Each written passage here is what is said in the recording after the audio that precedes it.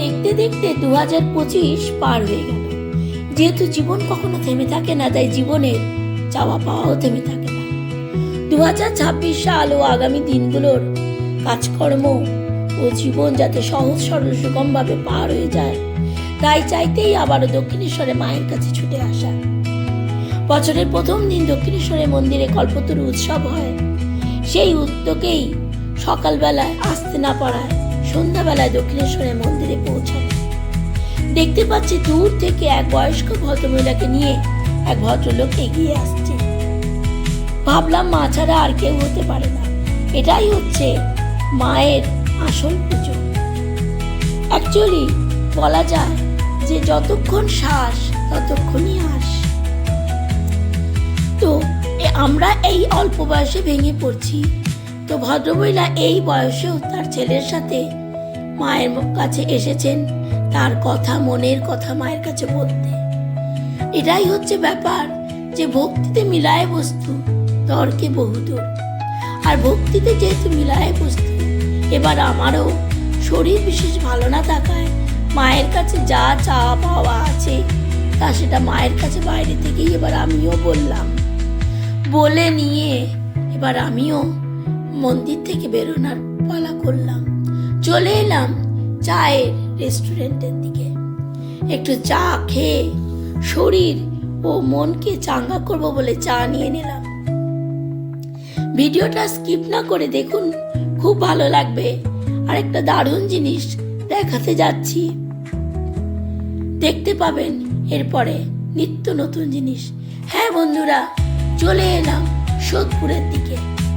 আমি একটা গাড়ি ঠিক করে নিয়েছিলাম, সেই গাড়ি রিজার্ভ করে আমি চলে আসছি এবার সোদপুরের দিকে, সোদপুর শ্রীনিকেতনের উদ্দেশ্যে। দেখতে পাবেন সেখানে কত রকম ভ্যারাইটিস গাছপালা, ইনডোর গাছপালা। আপনারা হয়তো অনেকেই জানেন এই সময় ইনডোর প্ল্যান্টস ওখানে রাখা হয়। যারা জানেন না তারা অবশ্যই এখান থেকে ইনডোর প্ল্যান্টস কিনতে পারবেন।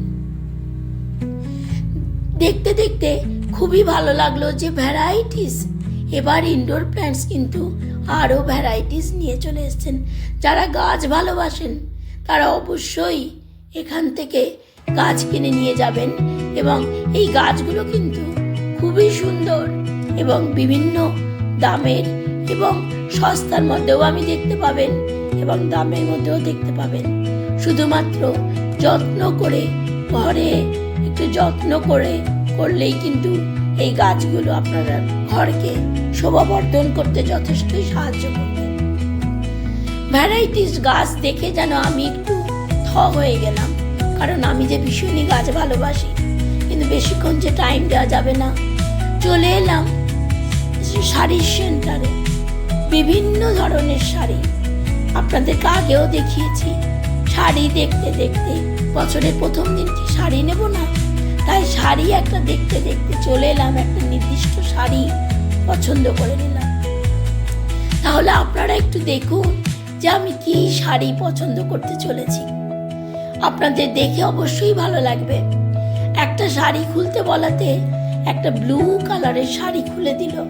শাড়িটা কিন্তু যথেষ্টই সুন্দর ছিল, কিন্তু যেহেতু আমি একজন বিয়ে বাড়িতে দেব এবং বিয়ে বাড়ির হিসাবে নেব, ওই জন্য এই কালারটা পছন্দ হলেও নিয়েছি একটা চকলেট কালারের কোটা বেনারসি।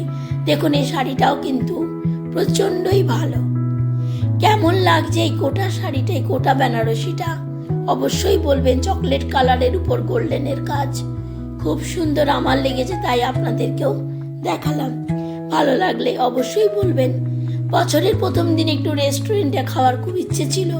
চলে এলাম একটা বিশেষ রেস্টুরেন্টে, যেখানে খাওয়া দাওয়াটা কিন্তু একটু দামি হলেও যথেষ্ট ভালো, একটু কস্টলি হলেও ভীষণ ভালো। কিন্তু গিয়ে দেখি এত ভিড়ের এমন অবস্থা যে বসবার কোনো তাদের জায়গা দেওয়ার পজিশন নেই। তাই যথারীতি পার্সেল নিয়ে ঘরে চলে এলাম। ঘরে চলে আসাতে দেখলাম চেঞ্জ করতে করতেই সবাই সিনেমা দেখতে ব্যস্ত হয়ে পড়েছে। তো সিনেমা দেখতে দেখতে যখন সবাই এত ব্যস্ত, সবাইকে তো জাগাতে হবে, মানে গরম গরম খাবারটা তাহলে নষ্ট হয়ে যাবে। সবাইকে একটু বেশ ভালো দেখুন, আমার কর্তা একদম মনোযোগ সহকারে, মাসি মনোযোগ সহকারে দেখছে। তাদেরকে জাগিয়ে বললাম আগে খাওয়া দাওয়া করো, তারপরে বাকি সিনেমাটা দেখবে। তো এইভাবে বছরের প্রথম দিনটা পার হয়ে গেল। সবার কাছে এটাই বলি, এই দেখুন আমি বিরিয়ানি নিয়ে নিয়েছি, এবং বিরিয়ানিগুলো কিন্তু যথেষ্টই খুবই ভালো সুস্বাদু ছিল। এইভাবে যেন প্রত্যেকটা মানুষের প্রতিটা দিন যেন খুব সুন্দর সহজভাবে কাটে, এবং আগামী দিনের পথ চলাগুলো যেন আমাদের সবার সুগম হয়।